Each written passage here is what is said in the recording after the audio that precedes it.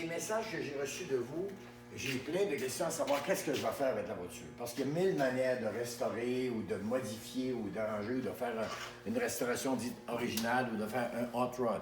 Mais hot rod, c'est large. On peut faire un hot rod, on pourrait mettre une mécanique moderne, injection, un moteur de corvette, des pneus larges comme ça. C'est pas ce que je vais faire. J'ai déjà, CCR et moi, on a fait déjà un Ford 1932 traditionnel.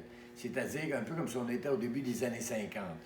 Voiture 100 points qui a reçu comme 10 trophées à Toronto ou Performance World de je sais pas quoi.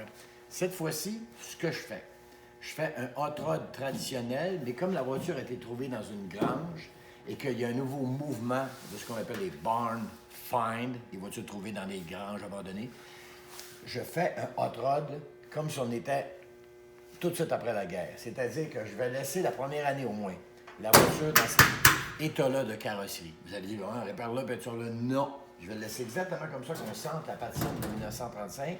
Mais comme on va mettre mécanique neuve, c'est-à-dire une mécanique flathead comme ça, plus performante, on va refaire l'intérieur au complet à neuf avec les tissus d'origine parce qu'il y a vraiment eu de la pourriture. Alors, je ne vais pas vivre là-dedans. Là. Ça fait dur.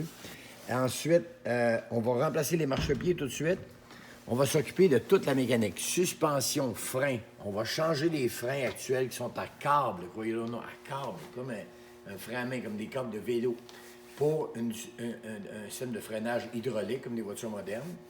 On va descendre le devant de la voiture pour lui donner une attitude. On va changer la couleur des roues. Au lieu de rouge, écoutez, j'ai ici la photo référence. Quand je vais terminer, il faut que ça ressemble à ça. Mine, noir. Alors, ça ne dénature pas l'époque, parce qu'on n'a pas des Mac, des systèmes de son, des histoires.